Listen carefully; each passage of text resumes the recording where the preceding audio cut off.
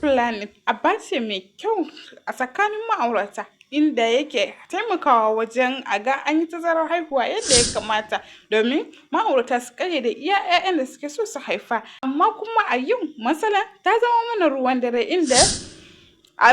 maimakon a ga amfaninta sai kuma tada illoli ko kuma tada kura take yi a gidajen ma'auratanmu especially amare da angwaye. Ku kasance tare da mu ku san dalilin me yasa suke yin wannan tazarar haihuwan kafin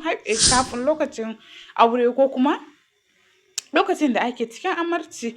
Farko dai kafin mu fara wannan bidiyo bari mu fara sanin menene shi family planning. Family planning shine hanyar da ake bi domin a ga ba a samu juna biyu ba tsakanin ma'aurata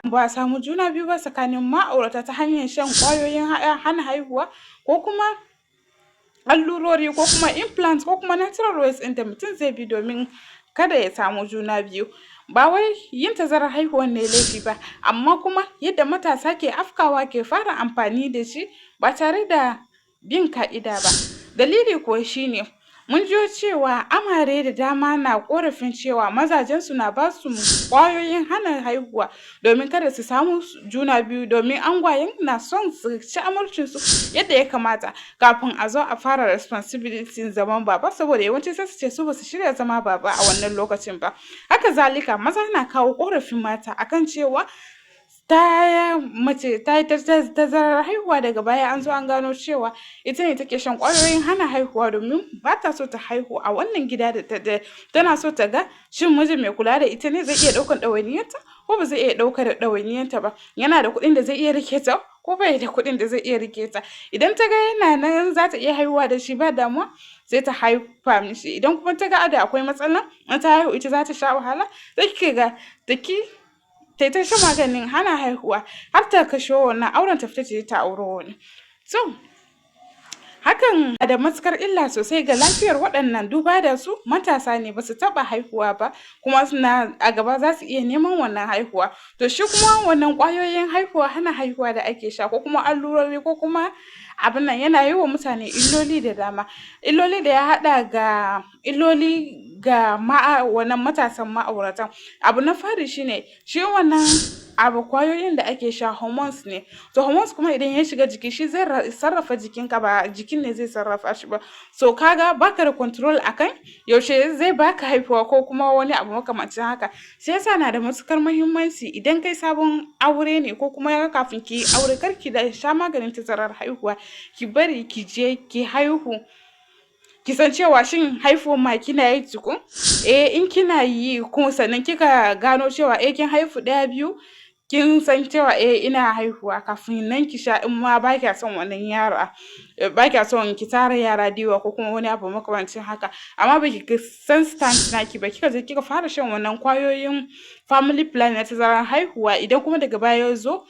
kina neman haihuwa kuma ya ci gaba da delay naki, kin ga abu ne mara kyau da ba ki ji daɗi ba, kuma za ki zo ki shiga cikin damuwa na da na sani. Kin ga a kankanin shekarun kin zo kin sa kanki cikin matsala. Damuwa na biyu da yake kawo shi wannan shan maganin family planning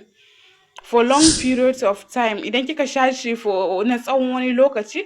zai iya haifar da matsalar rashin haihuwa saboda kin sha shi for over a long period, hormones ɗin ya riga ya shiga jikinki ya dabaibaye ki ya abin nan, so haihuwa kuma zai zo ya zama sai wani ikon Allah. To kin kalla hakan ma kin yi wa kanki illa ne ba abu ne mai kyau ba. Sai kuma abu gaba da zai iya haifarwa, zai iya kawo miki irregular menstruation, zai iya kawo miki rashin lafiyar yau da kullum, wasu yana sa su yi kiba, wasu na ballo musu da jini, wasu yana da dai illolin shi ɗaya biyu dai.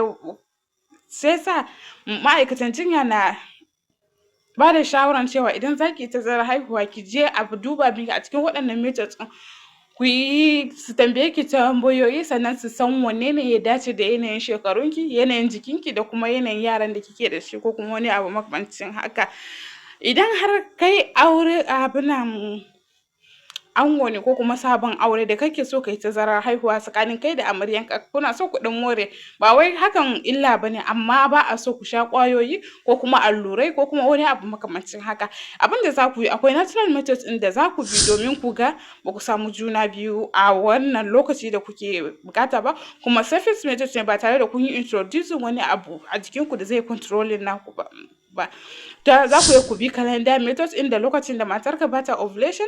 lokacin da tana ovulation ba za ka yi meeting nata a wannan lokacin ba, za ka bari sai bayan after ovulation ko wani abu makamancin haka. Za ku lura da signs na ovulation da dai sauransu. Akwai abubuwa da methods dai da dama. Shi ma video ne na zaman kashi, insha Allah za mu yi shi daga baya. Duka kar ku manta ku danna mana subscribe, sannan ku danna kararrawar sanarwa domin samun sabon shirye-shiryen da zarar mun daura. Idan kuma ke amarya ce ko kuma makamancin haka, idan kina son shawarwari za ki ajiye mana shi a comment section ko kuma ki tuntube mu kai tsaye a shafukanmu na sada zumunta da muka ajiye a cikin shafinmu. Ku yi sharing wannan bidiyon domin sauran amare ma su amfana. Na gode, sai mun haɗu a bidiyon mu na gaba. Bye bye.